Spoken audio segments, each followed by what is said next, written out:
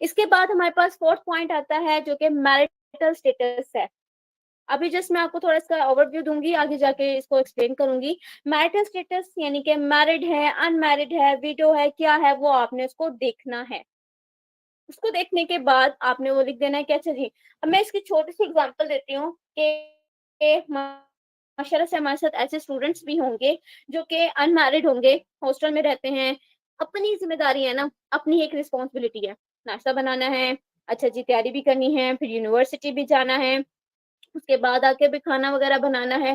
देखो हमारे पास कितनी रिस्पॉन्सिबिलिटीज होती हैं। कुछ स्टूडेंट्स ऐसे होते हैं जो सुबह उठते हैं, उन्हें नाश्ता बना बनाया मिलता है, वो नाश्ता करके फौरन से चले जाते हैं, फिर वापस आते हैं, फिर खाना बना हुआ मिलता है और वो खाकर रेस्ट कर लेते हैं, सो जाते हैं। ऐसे स्टूडेंट्स भी होते हैं जिनके ऊपर कोई रिस्पॉन्सिबिलिटीज नहीं होती। लेकिन आफ्टर मैरिज आपकी लाइफ पूरी चेंज हो जाती है। सिर्फ फीमेल्स की नहीं, मेल्स की भी बहुत ज्यादा चेंज हो जाती है। मेल जहाँ पे अनएम्प्लॉयमेंट में था और नहीं कमा रहा था, ये थोड़ा बहुत कमा रहा था तो अपने लिए कमा रहा था, लेकिन बाद में उसको क्या है, एक ऐसी रिस्पॉन्सिबिलिटी मिली है जिसका खाना पीना हर एक चीज उसने अपने साथ एक और पर्सन को ऐड करके उसके लाजमी पूरा करना है। माँ को नहीं दोगे ना 4 दिन, वो चुप हो जाएगी, कोई बात नहीं। अगर बीवी को नहीं दोगे ना, वो कहेगी भाई मैं पूरा घर छोड़ के आई हूँ, पूरा खानदान छोड़ के आई हूँ, आपके पास आई हूँ तो मेरे ये आपकी रिस्पॉन्सिबिलिटी है, आपने फिल करना है। जहां मर्जी से करो, लूट कराओ, बैंक लूटो, जो मर्जी करो, मेरी डिजायर्स को पूरी करो। बहुत कम ऐसी हैं जो कंप्रोमाइज भी करती हैं, खुद साथ खड़ी होती हैं, खुद साथ चलती हैं, बहुत ज्यादा साथ निभाती हैं। कोई बात नहीं, आज नहीं बना तो कल बन जाएगा, चले हम मिलके काम करते हैं। यहाँ पर भी आपको देखना पड़ता है कि आपका लाइफ पार्टनर कैसा है, आपके साथ वो किस तरह बिहेव कर रहा है। ठीक है, तो आपने ये क्वेश्चंस अपने क्लाइंट से पूछने हैं। आज से पहले आप आपके माइंड में जब भी कोई परफॉर्मा आया होगा, होपफुली आप लोगों ने ये देखा होगा कि आप लोगों को एक परफॉर्मा दिया गया, ये फिल करवा कर आ जाए, लेकिन इसके पीछे कोई लॉजिक नहीं बताता। अच्छा, नाम पूछ लिया, उम्र पूछ ली, मैरिड है या अनमैरिड है ये पूछ लिया, डेट ऑफ एग्जामिनेशन पूछ लिया, कब आया है, रेफरेंस बायो पूछ लिया, किसने रेफर किया, बस ये कंफर्म करके आप 4-5 उसकी चीजें लिख कर आ गए, या मजीद आपके पास क्वेश्चनिंग हो भी सकती है, ऐसा नहीं है, क्वेश्चंस हो सकते हैं, लेकिन लॉजिक्स बहुत कम लोग शेयर करते हैं, लॉजिक्स नहीं बता रहे होते कि इसके पीछे रीजंस क्या हैं बेसिकली। तो उन रीजंस को हमने टच आउट करना है, देखना है कि उसमें कौन कौन से रीजंस आते हैं जिसके बिहाफ पर हमने ये क्वेश्चंस करने हैं। अब आप देखें, जब आपने ये रीजंस को रीड आउट किया, उसके बाद आप देखिएगा कि जब अपना परफॉर्मा उठाएंगे, तो जब भी आप किसी से क्लाइंट से बात करने जाएंगे, ठीक है, उनसे हिस्ट्री लेने जाएंगे, तो तब आप उनसे नेम पूछेंगे, वो ओके शी इज अ मुस्लिम और शी इज अ मुस्लिम। ठीक है, आप एज पूछेंगे, अच्छा जिसके अकॉर्डिंगली अगर ये प्रॉब्लम्स आई तो मैंने ये टेस्ट अप्लाई करना है, इससे कम वाला करना है या इससे ज्यादा वाला करना है। ऑक्यूपेशन आया, अच्छा जी आपने स्टडी कितनी की हुई है, अच्छा ये की हुई है। उसके बाद ऑक्यूपेशन पूछा, अच्छा जी आप ये काम कर रहे हैं, ओके स्टडी इतनी है, तो क्या हो गया, उसका ऑक्यूपेशन भी उसके अकॉर्डिंगली होना चाहिए, उसका प्रोफेशन भी उसके अकॉर्डिंगली होना चाहिए। अगर नहीं है तो क्यों नहीं है, क्या रीजन थी ऐसी। अगर ठीक है, अगर रीजन भी हैं, उसके बाद अब ये देखें कि क्या वो कंफर्ट फील करता है या नहीं। ठीक है, तो आपने ये लाजमी देखना है कि वो कंफर्ट है या नहीं है। नेक्स्ट हमने इनके रीजंस को देखना है साथ साथ। लास्ट हमारे पास आता है, सॉरी फोर्थ वन हमारे पास आता है history of present illness. History of present illness बहुत ज्यादा इंपॉर्टेंट है। अच्छा मुझे ये बताइएगा कि हम सिर्फ हिस्ट्री ऑफ प्रेजेंट इलनेस क्यों पूछ रहे हैं, हमें प्रेजेंट इलनेस या प्रेजेंट सिम्टम्स से क्या लेना देना। अभी मैं आपसे बात कर रही थी रूट कॉजेज की, अब मैं आपसे बात कर रही हूँ प्रेजेंट इलनेस की, कि अभी क्या क्या इश्यूज हैं वो बताएं, पुरानी बातें बाद में डिस्कस करेंगे। क्यों, किसी के पास इसका कोई आंसर है तो काइंडली माइक ऑन करके फौरन से एक स्टूडेंट बता दे। Ma'am we are human beings, so usually what happens is कि हमें कोई भी लाइक प्रॉब्लम जो होती है, प्रेजेंट इलनेस या कोई डिसीज, तो हमारी साइकोलॉजिकल हेल्थ भी अफेक्ट करती है। एग्जैक्टली।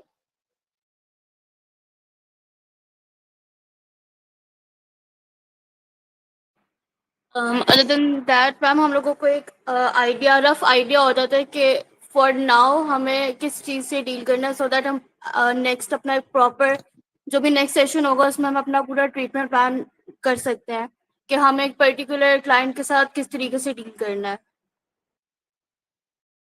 That's good. ओके, थोड़ा सा मैं आपको थोड़ा सा एलैबोरेट कर देती हूँ।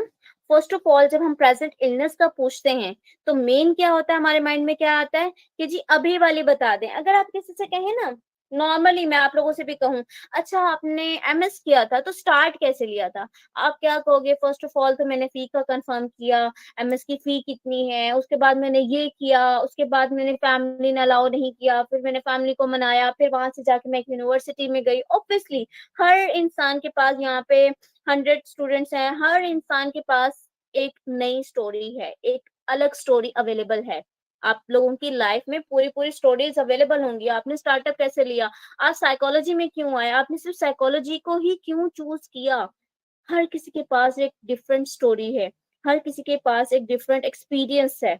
लेकिन अब जब आप अपने क्लाइंट से पूछेंगे ना कि जी आप बताएं कि ये कब स्टार्ट हुआ, आपको कब लगा कि मैं डिप्रेशन में जा रहा हूँ, तो उसने आपका A to Z टाइम ले लेना है। मतलब हो सकता है घंटा 2 घंटा लग जाए, ठीक है।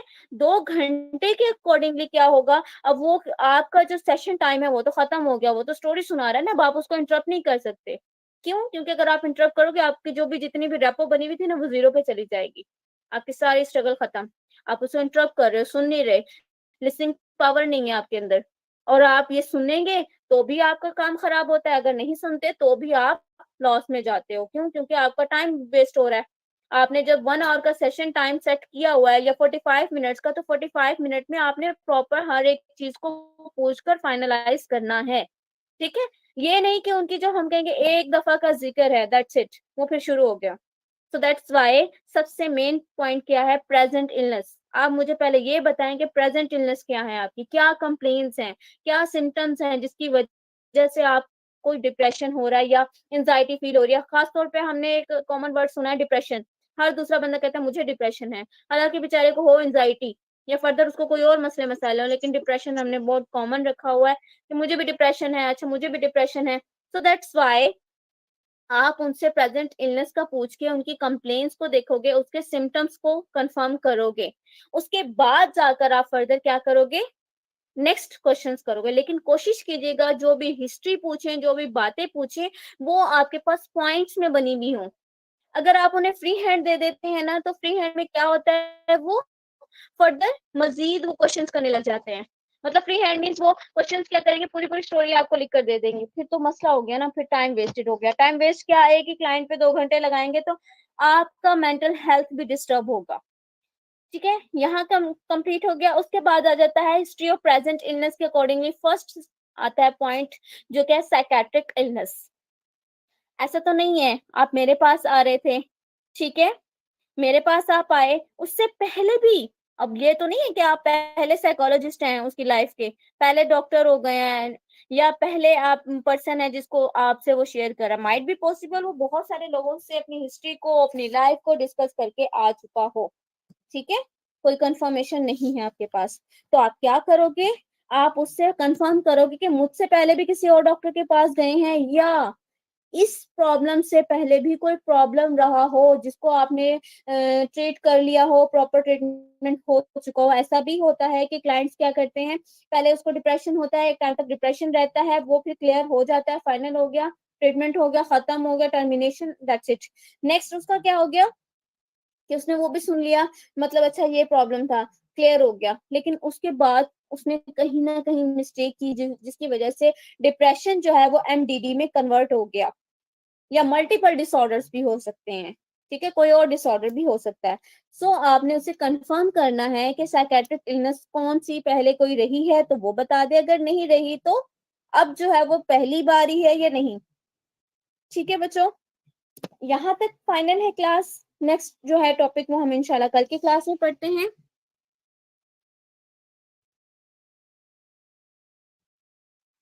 Okay students, thank you so much everyone.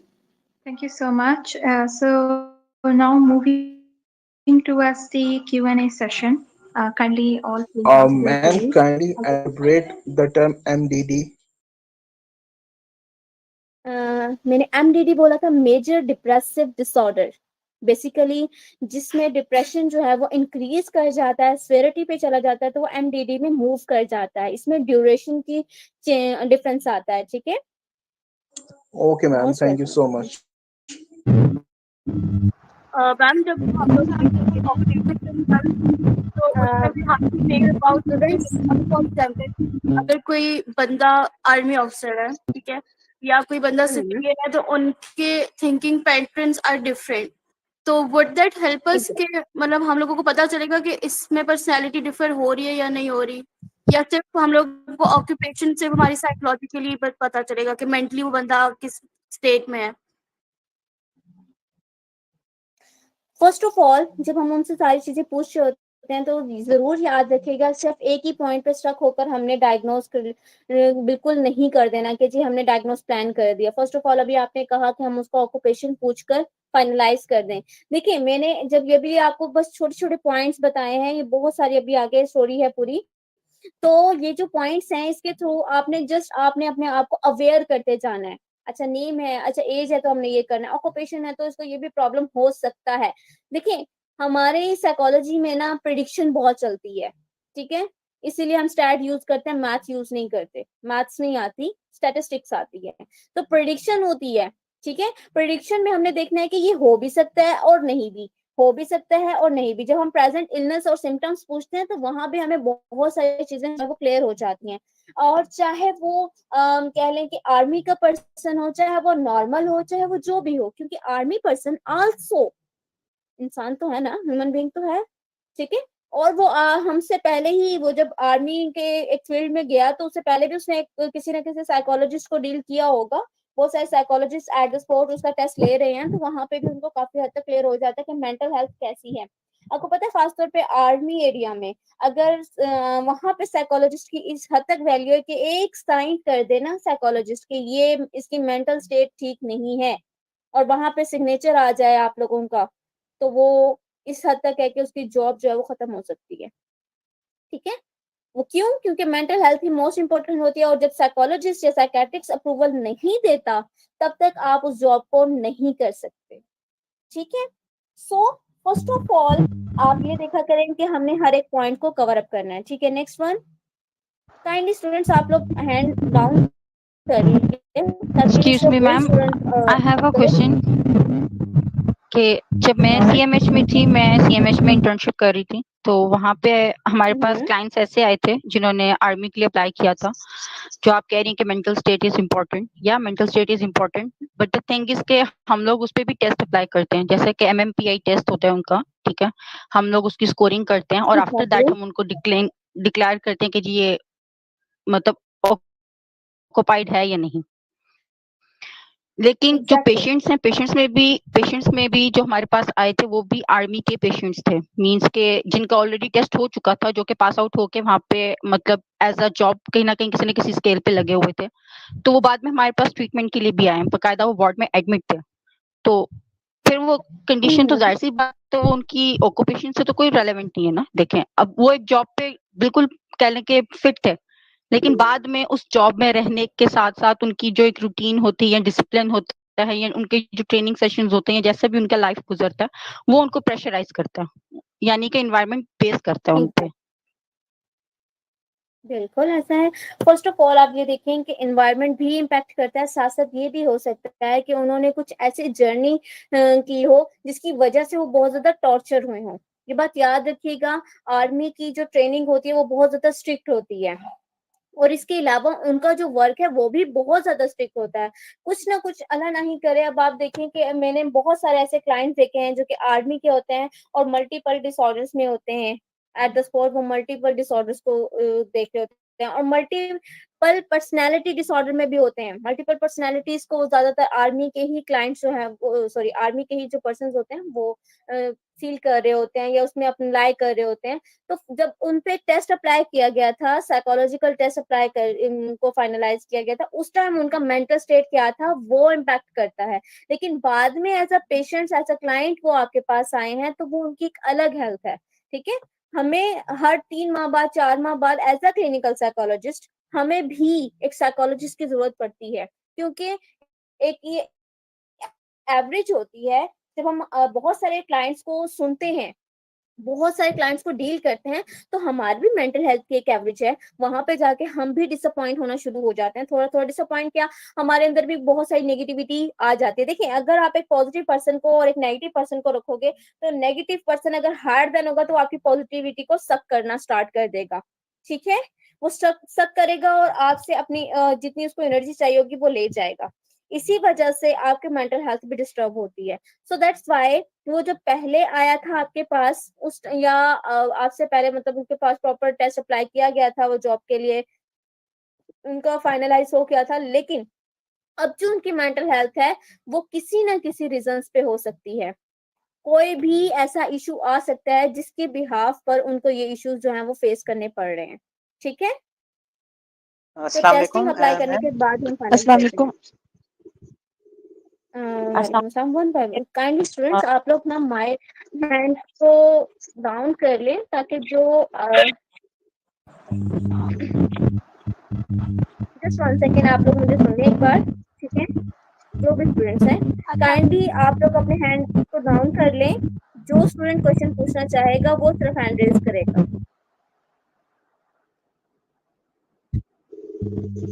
अस्सलाम वालेकुम मैम। वालेकुम अस्सलाम जी, बच्चे पूछें। जी मैम, आपने 2 टेस्ट के नेम लिए थे, बीडीआई और एक साथ लिया सीडीआरएस। इसको दोबारा एक्सप्लेन कर दे थोड़ा सा, बस सीडीआरएस को। बच्चे, सीडीआरएस जो होता है वो 17 ईयर से बिफोर बच्चों पे यूज किया जाता है। बेसिकली वो चाइल्ड डिप्रेशन रेटिंग स्केल होता है। ठीक है, जैसे चिल्ड्रंस में थोड़ा बहुत, आजकल तो खैर बहुत ही ज्यादा आपने देखा होगा कि डिप्रेशन ऐसी बीमारी है जो छोटे से लेकर बड़े तक सबको ही हो रही है। ठीक है, डिसऑर्डर ही बहुत ज्यादा कॉमन हो चुका है। तो वहां पे जिन बच्चों को बचपन में ही डिसऑर्डर हो जाता है या ऐसा होता है कि जेनेटिकली वो वेरी कर रहा होता है डिप्रेशन जो है, तो वहां पे हम सीडीआरएस टेस्ट को यूज करते हैं।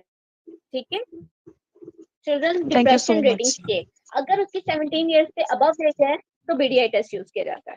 Okay, thank next you so one. Much. अस्सलाम अस्सलाम वालेकुम मैम।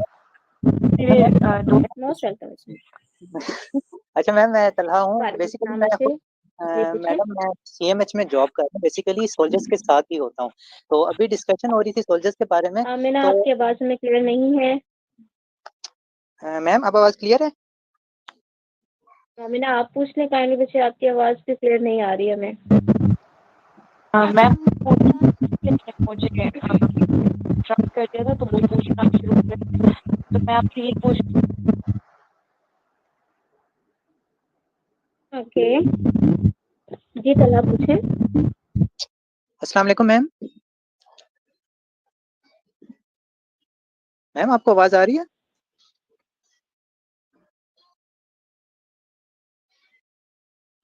अस्सलाम वालेकुम। तला, आपको मेरी आवाज आ रही है बच्चे? जी मैडम, आपकी आवाज़ आ रही है। आपको मेरी आवाज़ आ रही है? एक्चुअली मेरे पास शायद सिग्नल्स का इशू आ रहा है, मुझे आप लोगों की आवाज नहीं। नहीं बच्चे, अभी अब तक नहीं आई थी लेकिन अब आ रही है। पूछिएगा, ओके। क्वेश्चन क्या है आपका? अच्छा मैम, मैं बेसिकली ना मैं खुद भी सीएमएच में जॉब करता हूँ इधर रावलपिंडी में ही, और मेरा मतलब रेजिडेंस और सारा कुछ सोल्जर्स के साथ ही है। मैंने जो चीज़ फील की है ना, वो ये चीज़ फील की है कि जो सोल्जर्स हैं ना, कुछ हार्ड वर्किंग सोल्जर्स होते हैं जो बाई बर्थ या बाई फैमिली वाइज अगर आप उनको हम देखें, तो वो लोग ना, उनकी फैमिली भी थोड़ा हार्ड वर्किंग होती है। वो इस तरह का टाइम टफ सिचुएशंस और जो स्ट्रिक्ट ऑर्डर्स होते हैं वो सारा कुछ देख चुके होते हैं, फैमिली में पेरेंट्स को सब कुछ देख चुके होते हैं। कुछ इस तरह के आते हैं जो मतलब at the time of psychological test जो है वो बिल्कुल परफेक्ट होते हैं, बट जैसे ही वो उनके लिए एक नई वो फील्ड सामने आती है और नए रूल्स रेगुलेशंस और वो सारी चीजें सामने आती हैं, तो उनके लिए वो ओवर थिंकिंग का रीजन बन जाती है, जिसके बाद वो डिप्रेशन, एंजाइटी और इस तरह की चीजों में ना वो चले जाते हैं। तो मैं ये आपसे जानना चाह रहा था कि अगर एक तो होता है ना कि आप इंडिविजुअली किसी को आप करना चाह रहे हैं, साइकोलॉजिकली आप उसको ठीक करना चाह रहे हैं, एक आपके सामने पूरा ग्रुप आ गया है, उस ग्रुप को आप कैसे मैनेज कर सकते हैं? एक ये चीज़ थी, और दूसरा मैं आपको एक चीज़ क्लियर कर दूँ, माइंड मत कीजिएगा। लड़कों की भी एक डायरी होती है आजकल, उसपे बड़े दुखी-दुखी शेर लिखे होते हैं, बस उन्होंने छुपा के रखी होती है, ऐसी कोई बात नहीं है, लड़कियों की मेहरबानी है। So it's okay. ओके बच्चा, ओके, नो प्रॉब्लम। एक्चुअली ये तमाम स्टूडेंट्स के लिए ही था, खासतौर पे जो बॉयज होते हैं वो यूनिवर्सिटी भी जाएं तो उनके पास बड़ी मुश्किलों से एक बॉल पेन मिलता है, पेज वो इधर उधर से कैरी करके काम लिख लेते हैं। खैर, back to the topic. Ma'am जो आपने पूछा ये कि हम बात ग्रुप कर रहे हैं ना तरह के मतलब इंडिविजुअली जो हम मतलब एक क्लाइंट को अगर डील करते हैं तो ये बात सही है कि इंडिविजुअली आप डील कर सकते हो। जो मतलब मैंने पेशेंट्स वहां पे डील किए हैं जो उन्हीं के कैबिनेट के थे, उनमें से कह लें कि यही बात कि कुछ उनकी ट्रेनिंग इफेक्ट करती है, कुछ उनका फैमिली मतलब इम्पैक्ट होता है। यानी कि हमारे पास एक पेशेंट था अगर वहां का, तो उसका ये सीन था कि वो मतलब सुसाइडल था। उसका था कि जी वो खुद को हमला करे या कुछ भी, जिस तरह ये इसराइली का कोई वो चल रहा था, उसने उस चीज को लेके अपने माइंड में पता नहीं क्या चीज एक बना के रखी हुई थी कि एक कॉन्सेप्ट उसने बना लिया था कि उसने उस चीज को खत्म करना। हालांकि देखा जाए तो पूरी दुनिया मतलब उस चीज के लिए कर रही है, कोई ना कोई एफर्ट थोड़ा थोड़ा बहुत जितना जो कर सकता है वो कर रहा है, लेकिन वो एक अकेला अपने आप को कि जी मैं ये सब कुछ करना चाहता हूँ जो हमारे खिलाफ हैं या मतलब इस तरह के जो लोग हैं हम उनके खिलाफ जाके जो है ना मतलब कोई ना कोई किसी एक चीज पे रिएक्ट करें और वहां जाके जिस तरह से करके उनको खत्म किया जाए। तो मे बी उनकी ट्रेनिंग की वजह से होता होगा या फैमिली इम्पैक्ट होता होगा। बिल्कुल ऐसा ही है। अच्छा, फर्स्ट ऑफ ऑल ये कि जब हमें ग्रुप स्टडी करनी पड़ती है या ग्रुप हमें डिस्कशन करनी पड़ती है क्लाइंट्स के साथ या ग्रुप में हमें डील करना पड़ता है, तो हम ग्रुप में नहीं करते, वन बाय वन करते हैं। ठीक है, हर इंसान की एक अलग स्टोरी होती है। अगर तो वो ग्रुप में आ भी जाए और सेम ही इशू आए तो भी हम क्या करते हैं कि एक एक को इंडिविजुअल लेकर चलते हैं एक पॉइंट पर आके कि हमने अब जस्ट काउंसलिंग करनी है, तो वो हम ग्रुप काउंसलिंग कर सकते हैं। ठीक है, लेकिन हम ग्रुप में प्रॉपर क्लाइंट्स को या जो हमारे पास पेशेंट्स आ रहे हैं उनको डील नहीं कर सकते। अच्छा जी, नेक्स्ट जो क्वेश्चन था मेन वो ये था कि सबसे पहले हमारे माइंड में ये आता है कि अच्छा इनको प्रॉब्लम होता है सुसाइडल इश्यूज, जैसे अभी आप बता रही हैं, या वो इस तरह का अटैक करने वाले थे। तो खास तौर पे हमारे साथ जो है तमकीन, राइट, तमकीन में जो मेन चीज ये होती है कि अगर आप देखें कि सिर्फ हम इस पॉइंट पे नहीं कह सकते कि उनको ये इश्यूज बहुत ज्यादा हायर देन है। आपको पता है मैनिया, अगर आपने मैनिया को पढ़ा होगा, ऑब्वियसली पढ़ा होगा, तो आपको ये पता होगा कि मैनिया में क्लाइंट्स क्या करते हैं, बड़ी-बड़ी बातें करते हैं। ठीक है? बहुत बड़ी-बड़ी बातें करते हैं, मैं ये सब कुछ कर दूँगा, मैं वहाँ जाके आप देखिएगा कि मैं ये पूरी दुनिया को तबाह कर सकता हूँ, या मैं ये काम कर दूँगा। बहुत ज़्यादा तेज़ी होती है लहज़े में, बहुत ज़्यादा कहने के शाउट बिहेवियर होता है, और एक एक कोर बिलीव इतना स्ट्रॉन्ग होता है उनका, जो उन्होंने सेट किया होता है, वो ये होता है कि मैं सब कुछ कर सकता हूँ। इसी तरह मेरे पास एक क्लाइंट आया जो कि मैन्यू का था, वो ये कहने लगा कि मेरे 1 लाख बच्चे हैं। ऐसा तो पॉसिबल ही नहीं हो सकता ना कि एक इंसान के 1 लाख बच्चे हों। इसी तरह मैंने एक पर्सन आया जिसने कहा कि मैं दुनिया का सारा सोना लाकर, जितना भी सोना है, जितना भी वो कहने लगा कि जितना दरियाओं के नीचे भी सोना है ना, वो लाकर मैं अपनी माँ के कदमों के नीचे रख दूँगा। ठीक है, वो जस्ट जस्ट वो 25 इयर्स ओल्ड था। ठीक है, और आप ये देखिए वो मैनिया में था और एक्सट्रीम पे था। मैनिया में क्या करते हैं लोग, बड़ी-बड़ी बातें करते हैं। अब वो एक पर्सन, ठीक है, इसराइल को खत्म नहीं कर सकता या फ़लस्तीन को बचा नहीं सकता, लेकिन उसका एक कोर बिलीव ऐसा सेट हो चुका कि नहीं, मैं आर्मी पर्सन भी हूँ, मैं कर सकता हूँ, मैं कर दूँगा, और मैं उनको डायग्नोज़ नहीं कर रही कि उनको मैनिया है, क्योंकि और भी बहुत सारे जो सिम्पटम्स हैं उनको देखना पड़ता है, उसके बाद ही कुछ कह सकता है। लेकिन जिस तरह आपने यस मैम, बताया वो ना कि वो उनके मेनिया अंदर का नहीं था। Actually he was a bipolar patient. वो बाइपोलर का पेशेंट था और कह लें कि सेवर पे भी नहीं था, लेकिन बाइपोलर था। मतलब जो उसका डायग्नोज हुआ था वो बाइपोलर में हुआ था। समथिंग में से बाइपोलर ही मैनिया में आता है बेसिकली। बाइपोलर में ही ये होता है, मूड डिसऑर्डर्स होते हैं। ठीक है, लेकिन मैम अगर वो स्वेयर पे जाए तो फिर हम उसको कह सकते हैं, मतलब अगर स्वेयर पे हो तो फिर हम उसको कहते हैं कि ये मतलब ये चीज हो सकती है कि वो मतलब बड़ी बड़ी बातें करना और ये करना वो करना और मतलब शाउट होना, एग्रेसिव होना, लेकिन उसमें ये चीजें नहीं थी। ही वॉज वेरी काम और बहुत इजी होके वो आराम से, बल्कि बहुत पोलाइटली और बहुत लाइटली, इतनी सॉफ्ट मतलब वोकल में वो बात कर रहा था ना कि मतलब उसमें कहीं गुस्सा नजर नहीं आ रहा था, लेकिन जो गुस्सा उसके अंदर जो चल रहा था वो हम मतलब उस चीज को वो नहीं कर पा रहे थे। अच्छा, एक और चीज़ तनकीन मैं आपको बताती चलूँ कि ऐसे क्लाइंट्स अपने आप को बहुत ज़्यादा हिडन भी रखते हैं। सामने वाले के सामने भी बिल्कुल भी शो ऑफ नहीं करते। हाइड पर्सनैलिटी रखते हैं, ठीक है? आपके सामने वो बहुत काम बिहेवियर कर रहा था या बहुत काम अपने आप को शो कर रहा था। माइट बी पॉसिबल उनकी फैमिली से भी हमें देखना पड़ेगा कि उनकी फैमिली में वो कैसा रिस्पॉन्स करता है, क्योंकि फैमिली के अंदर सभी अपना एक अलग ही पर्सोना लेकर आते हैं, ठीक है। हर जो रियल पर्सोना होता है वो हमारी फैमिली काफी हद तक जानती है, ठीक है। या फ्रेंड्स से पूछ सकते हैं, फ्रेंड्स में भी हमारा जो होता है पर्सोना बिल्कुल रियल होता है, क्योंकि जो चीजें हम फ्रेंड्स से शेयर कर सकते हैं वो फैमिली से भी नहीं कर पा रहे होते। तो हमें बहुत सारी हिस्ट्री देखनी पड़ती है, और बाइपोलर में ही जब मैनिया एक्सट्रीम लेवल पे होता है तो हमें टेस्ट लाजमी अप्लाई करना होता है, ठीक है। Young mania rating scale YMRS test हम यूज करते हैं उनके लिए, ताकि हमें पता चल सके कि उनको क्या प्रॉब्लम आ रहा है।